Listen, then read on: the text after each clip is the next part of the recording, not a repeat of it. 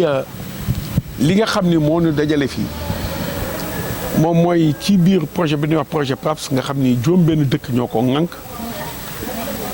Mauritanie mi ngi ci Mali mi ngi ci donc Niger mi ngi ci Burkina Faso mi ngi ci Tchad ak Sénégal donc mooy juróom-benn dëkk yoo xam ni ñoo ko ŋànk léegi ci biir projet bi dafa am ci ñaareelu pàcc bi ñaaree phase bi ñu nekk de composante bu bees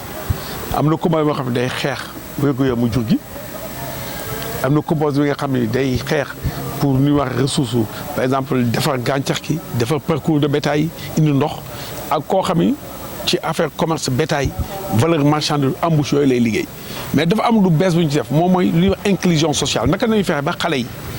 ak jigéen ñi bokk ci tissu économique bi kooku lu bees la kooku nag dafa yaatu du lekk loo xam ne ci élevage la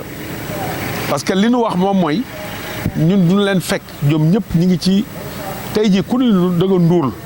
yaa ngi ci registre national unique bi ñu am partenariat ak direction générale de la protection sociale ñooñu jox ñu ay extrait données yi nga xam ne duñu nekk ci zone d' élevage yi te ndóol donc foofu dañ leen tànn bi leen tànn aussi du man maa leen tànn du si ne duñu ànd ak ñi nekk ci département bi nga xam ne action sociale mi ngi ci la jeunesse mi ngi ci même la société civile ñi ngi ci donc la banque agricole ñi ngi ci ñooñu doon àndal pour tànn si ñooñu ñenn ñoo ci gën a ndóol ñooñu nag tey am na ñi nga xam ñi ngi def formation professionnelle comme yéen gisee 92 nañu ñi ngi def ci élevage ñi ngi def couture ñi ngi def menuiserie mais ñi ci ëpp élevage la ñuy def donc ñooñu ñi ngi leen tàggat actuellement daan toggal lu bët weer ba 45 jours ku ci pare ca la nga def daan la jox lii tax nga démarré nga xam ne soo ko démarré mën nga am finance bu baax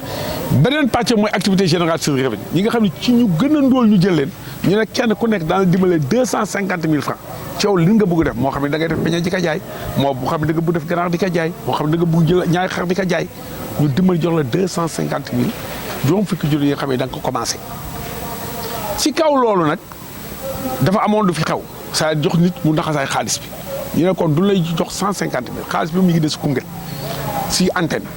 soo liggéeyee ñu firndeel ni liggéey nañ ko parce que am na animateurs yi koy topp am na opérateurs yi koy topp yeneen 100 000 yi ñu transfert parce que daf na ba nga xam ne transfert moo leen nañ koy def donc wax na leen naka la ñuy justifier xaalis bi ko ñu jox leen xaalis boobu donc jàpp leen tey ci tey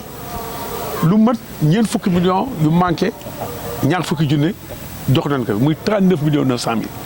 donc deseel nañ leen 26 millions 600 000 au fur et à mesure ñuy justifier ñu naan koy jox donc leen di wax la mooy leen jox nañ ko sàmm parce que du sama xaalis du xaalis projet xaalisu Sénégal bi nga xam ne banque mondiale moo leen dimbali te kon du leen tànn ci biir Sénégal donc noonu defee fexe ba li leen jox ñu def kam na mu waree ba ñëpp bég ci parce que lu leen jox ni duñ leen ko jox dem duñ koy natt te bis bu ñu koy natt non ñoom ñoo tànn yaa naan man dama bëgg def élevage wala man dama bëgg def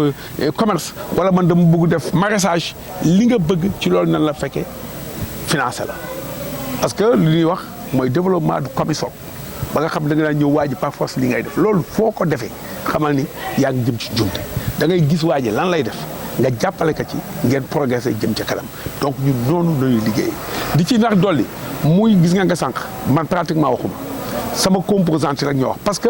noonu lañu gisee liggéey c'est que composante ñoom kenn ku nekk da nga am programme kenn ku nekk du lay noté donc man sama devoir mooy kenn ku nekk li la sant ma jàppale si ba nga def ko na mu gën a nekke leneen lu ma def lu nekk rek dama lay gàllankoor su ma la gàllankooree su juróom benn dëkk yi teewee vraiment da nga ñaaw ci xare bi te loolu laay bañ moo tax dama bëgg PRAPS Sénégal vraiment ci juróom benn PRAPS kenn bañ ñu raw te fu kenn bañ ñu raw mooy kenn ku ne da ngay jàppale keneen ki ci loo xam ne moom la war a def ci biir projet bi mu def ka dama waree conformément suñu document projet te incha allah loolu nañ xaar suñu tànk te maa ngi ci te incha allah ñoom ñëpp ñu ngi ci donc ku ñu pousse rek je crois que ñu dem ci kanam incha allah merci. du PRAPS comme vous le savez le projet donc à l'instar des autres pays des 5 autres pays le projet donc comporte 3 volets techniques. Un volet qui s'occupe de la santé animale, une composante de la gestion des ressources pastorales, eau et tout, et même production fourragère, et une autre qui s'occupe de l'amélioration de la chaîne de valeur. Ça, c'était les composantes traditionnelles du PRAPS, auxquelles s'est ajoutée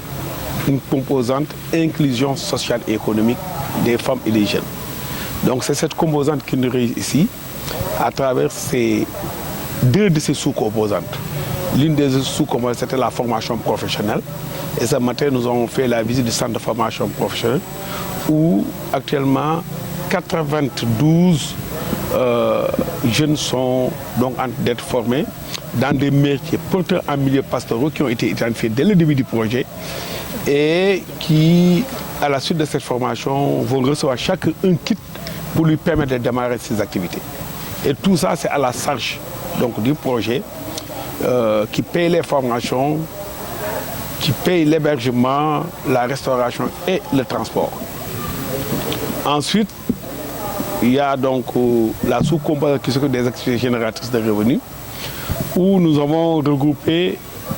les bénéficiaires de la deuxième cohorte des 2 départements, donc Koumpentoum et Koungheul.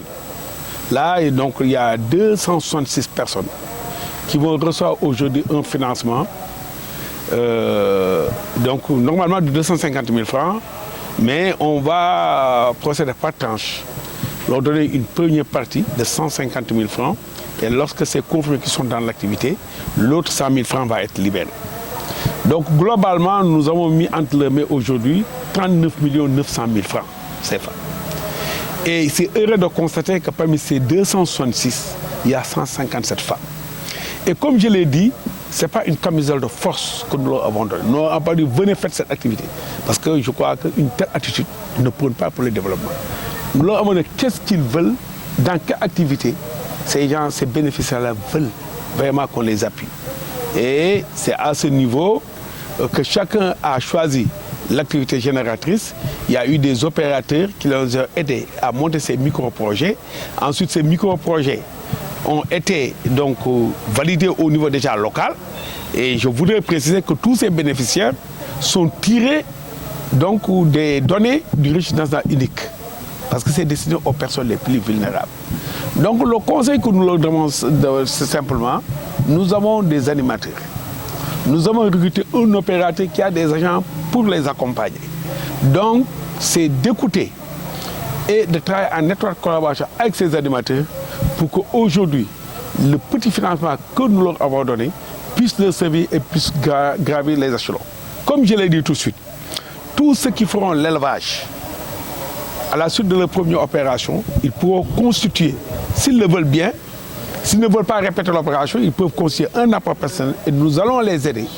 à acquérir un fonds, à travers le fonds STAP, le fonds d'appui à la stabilisation, qui est logé au niveau du ministère de l'Agriculture, de la Souveraineté alimentaire et de l'élevage, un financement beaucoup plus conséquent et l'administratrice est prête à les accompagner. Les autres qui font des autres activités qui sont en dehors du périmètre de l'élevage, je crois que la délégation à l'entrée rapide des jeunes et des femmes également pourrait être saisie donc, pour les accompagner. Donc ce que nous les ai informés dans les techniques par rapport à l'activité qu'ils ont choisie, nous les avons formés également en entrepreneur,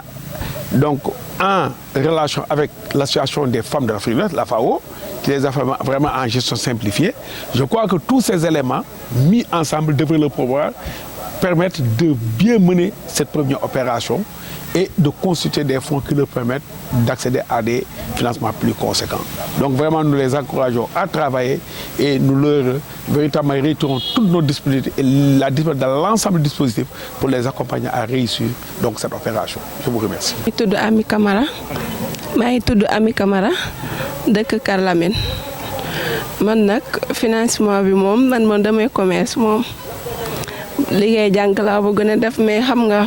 pour nga sori parents yi tamit day xaw a compliqué surtout jigéen loolu moo tax financement bi moom kontaan naa ci lool macha allah di leen ñaanal ñun tamit ñu góorgóorlu rek bu baax moo ëpp solo parce que koo xamante ni da lay jàppale moom li muy gën a bëgg mooy nga góorgóorlu bu baax muy xool li ngay doxalee say mbir moom tamit dee sawar pour jàppale la. waaw amoon naa jafe-jafe trop waaw presque 50 000 laa commencé woon waaw may dem ba léegi sant yàlla rek waaw bien sûr waaw loolu moom soxla naa ko moom ku may jàppale waaw parce que li ma financement bi bariwul noonu mais maa ngi sant yàlla bu baax waaw ku may jàppale nag ma gën a góorgóorlu jàppale parents yi loolu soxla naa ko trop sax bien sûr Merci.